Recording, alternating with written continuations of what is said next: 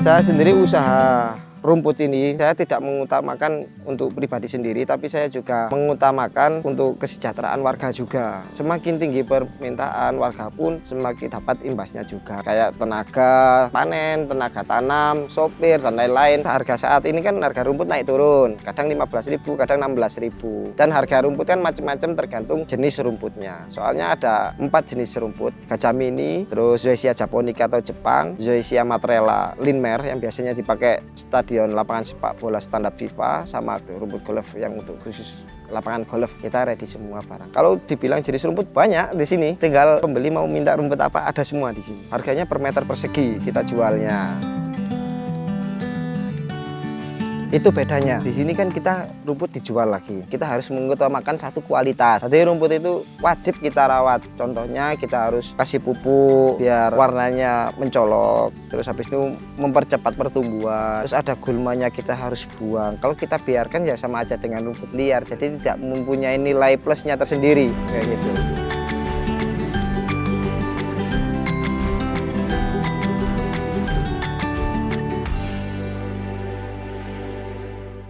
Assalamualaikum warahmatullahi wabarakatuh. Perkenalkan, nama saya Tobagus Nurbi Alarifin. Saya petani rumput taman Malang, Wajak Kabupaten Malang, Desa Sukolilo, Jadijaya Landscape. Alhamdulillah termasuk cukup mudah. Dari kota Malang ditempuh dalam waktu 45 menit sudah sampai lokasi sini. Rumput ini dalam waktu 1 bulan kita itu sudah siap panen. Malah kondisi paling bagusnya seperti itu. 1 bulan sudah panen. Ya termasuk cepet banget. Tadi hitungannya per bulan, bukan per 6 bulan, bukan per tahun, tidak, tapi per 1 bulan kita sudah panen. Semolornya kita 1 bulan lebih dikit kayak gitu. Kalau kondisi rame terkadang nggak sampai 1 bulan, 28 hari sudah panen. Ya termasuk cepat. Terkadang semakin tinggi permintaan, biasanya cuma 28 hari sudah panen kayak seperti itu. Bisnis ini Jadijaya Landscape dulunya awalnya itu pada tahun 1992 itu ayah saya itu dulunya beliau adalah seorang pekerja serabutan. Akhirnya pas waktu itu di Surabaya banyak proyek pembangunan perumahan kayak Citraland itu. Akhirnya ayah saya adanya permintaan rumput, kebetulan di warga-warga sini ini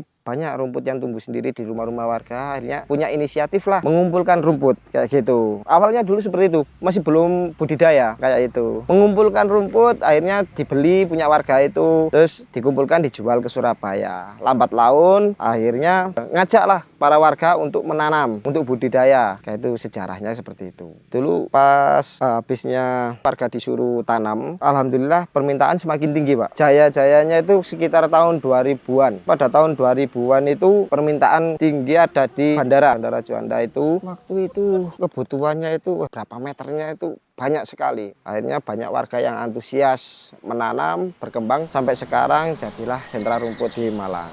Bahkan sampai Jawa Timur.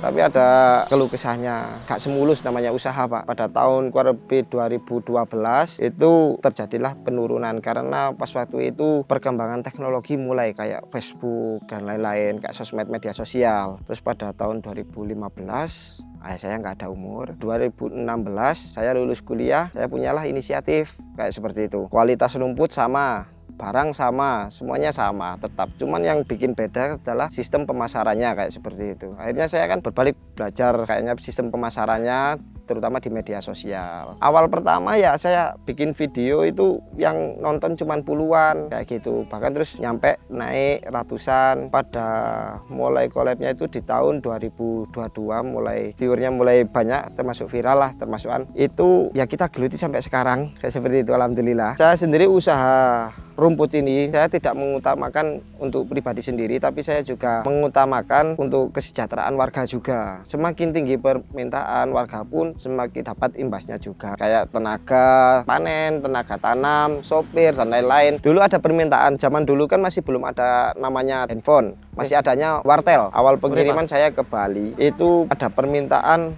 langsung 13 fuso. Saya masih kelas 2 SMP, masih kecil. Tadi kan orang tua dulu masih haji dulu. Akhirnya nekat kayak gitu loh. Daripada ini diambil orang lain. Alhamdulillah berhasil. Kelas 2 SMP 13 fuso pengiriman pertama perdana saya. Nggak banyak Pak, zaman dulu itu 1 meter itu masih murah zaman dulu. Tahun 2005 itu kurang lebih di harga 12 ribuan per meter. Tapi belum transportnya. Harga saat ini kan harga rumput naik turun. Kadang 15.000, kadang 16.000. Dan harga rumput kan macam-macam tergantung jenis rumputnya. Soalnya ada 4 jenis rumput, gajah mini, terus Zoysia japonica atau Jepang, Zoysia matrela Linmer yang biasanya dipakai stadion lapangan sepak bola standar FIFA, sama rumput golf yang untuk khusus lapangan golf. Kita ready semua barang. Kalau dibilang jenis rumput banyak di sini, tinggal pembeli mau minta rumput apa ada semua di sini. Harganya per meter persegi kita jualnya. Ada teknik tersendiri untuk cara kita mengukur pakai tongkat, tapi tongkatnya sudah disetting 1 meter.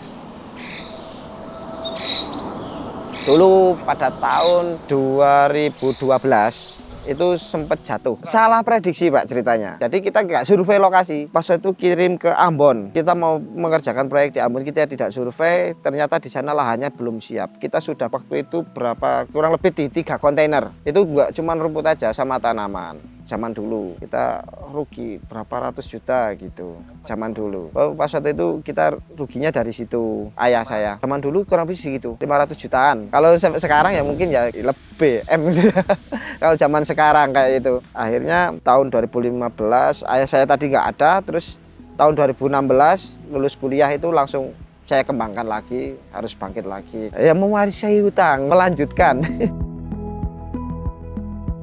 Dulu yang lebih kerasanya pada ibu saya.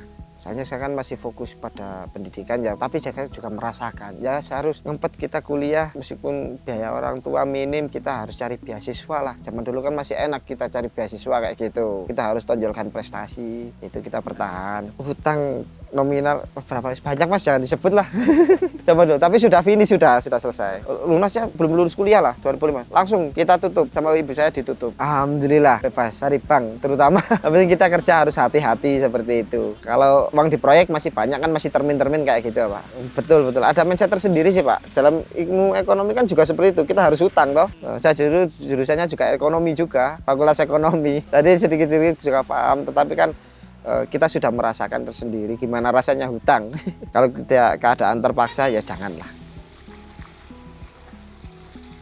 Kalau rumput, kalau permintaan tinggi, malah dibilang menguntungkan rumputnya. Kita hitung, kita tanam tebu, kita panen dalam waktu 1 tahun. 1 tahun itu baru panen 1 kali. Jagung kita tanam 6 bulan baru panen 1 kali. Umurnya 6 bulan baru panen kan. Tetapi kalau rumput, kita panennya cuma 1 bulan, 1 bulan lebih dikit, itu pun kalau lambat. Kalau permintaan tinggi kayak seperti saat ini 28 hari kita sudah panen. Dan warga pun di depan rumah, di samping-samping rumah, belakang rumah itu pada ditanamin rumput semua. Daripada dicor atau diplester kan panas. Mending dibuat landscape, dibuat taman, tapi yang bisa menghasilkan. Minimal untuk tanah di sini, di depan rumah warga itu ada yang 100 meter, paling dikit pun 50 meter. Itu kita masih tetap mau beli, masih bisa untung. Lebih untung ditanemin rumput daripada tidak ditanamin apa-apa. Paling besar itu ada di Juanda, Surabaya, bandara. Terus ada di Candi Borobudur, terus ada di IKN Ibu Kota Nusantara itu. Tapi di sana kita supply. Dalam bisnis rumput ini termasuk pasang surut. Dalam arti pasang surut itu terkadang kita permintaan tinggi, kita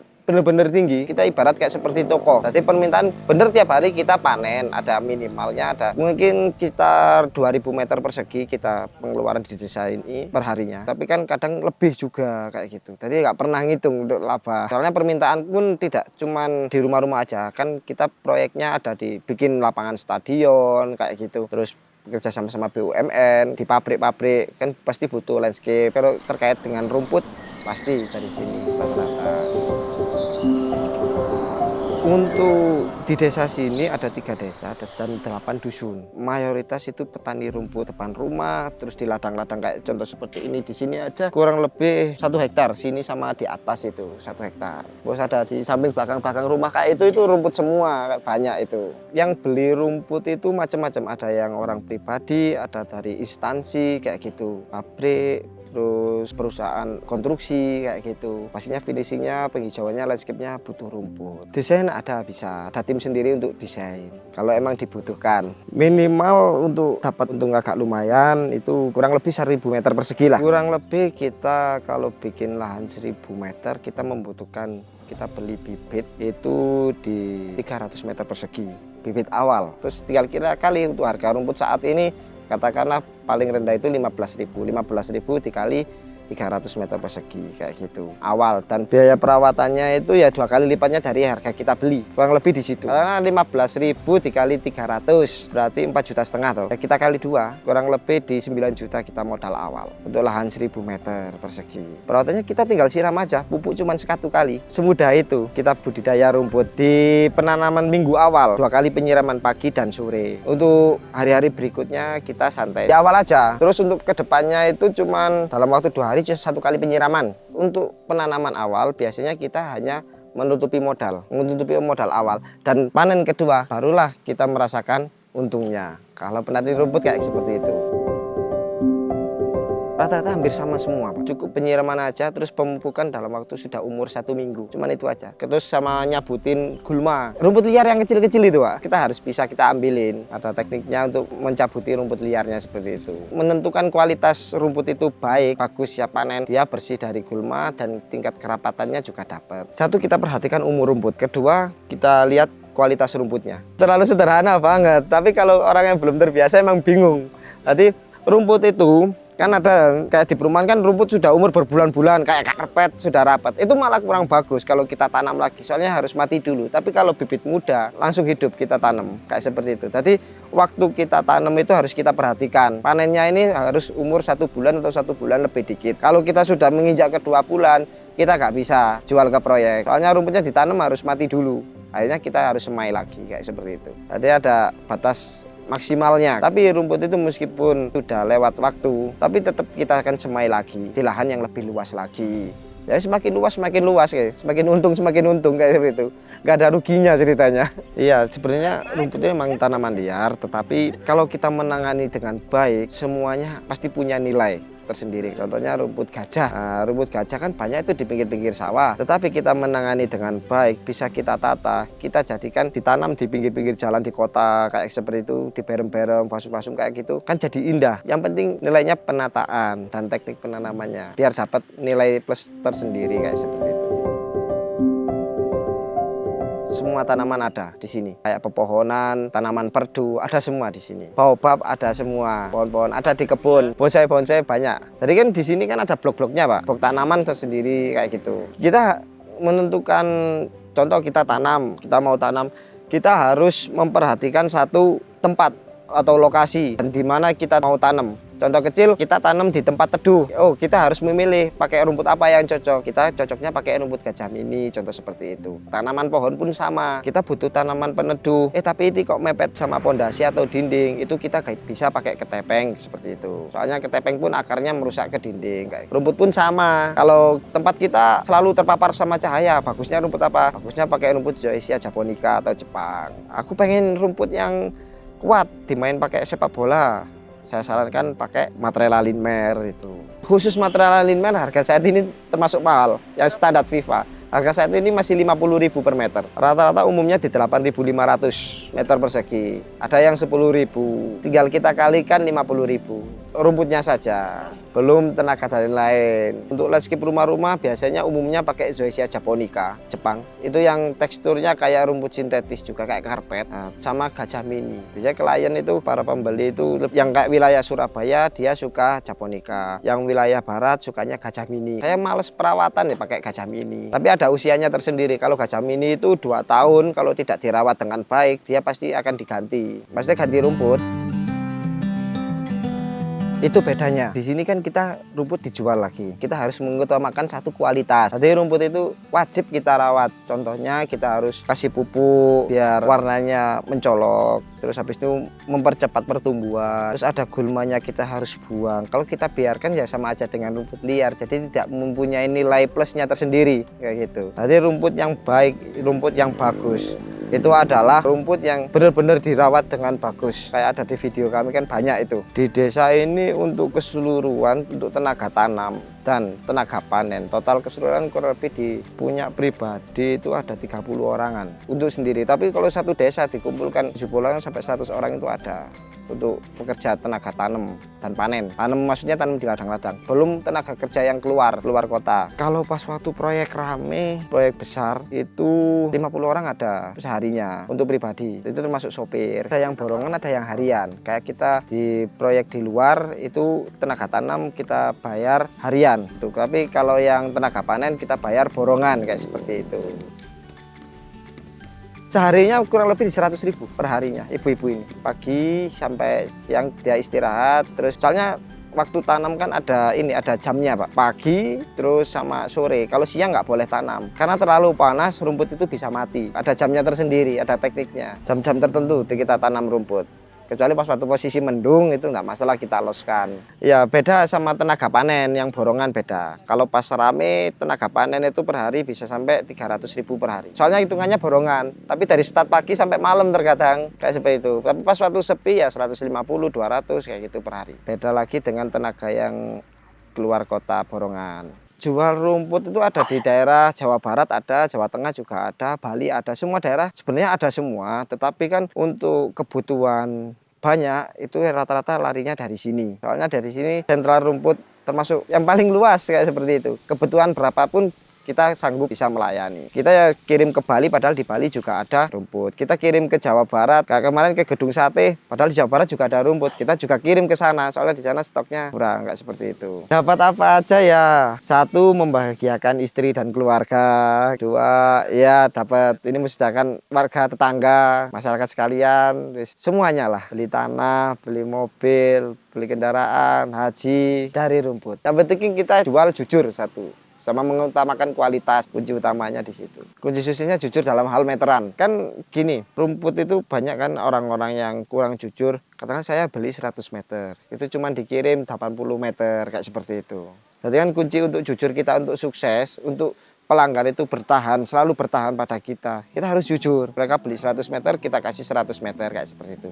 Enggak kita kurang-kurangin cari untung, tidak. Kita lebih utama hasil sedikit tapi barokah. Tantangannya musim kemarau seperti ini, kita harus nyiram, itu aja tantangannya. Tiap pagi dan sore kayak seperti itu. Tapi kalau rumput sudah berumur ya 2 hari sekali cukup kita siram. Tantangannya cuma itu. Kalau musim hujan malah nggak ada tantangan. Terus kita biarin wes kayak gitu. Mungkin kita cuma buangin gulma-gulmanya aja sama mupuk. Yang penting kita aktif konsisten.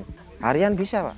Caranya kita terjun ke stand bunga. Jadi ke stand bunga contohnya kirim ke stand bunga Surabaya. Tiap hari kita panen satu pick up itu isinya 100 meter persegi atau 120 per hari.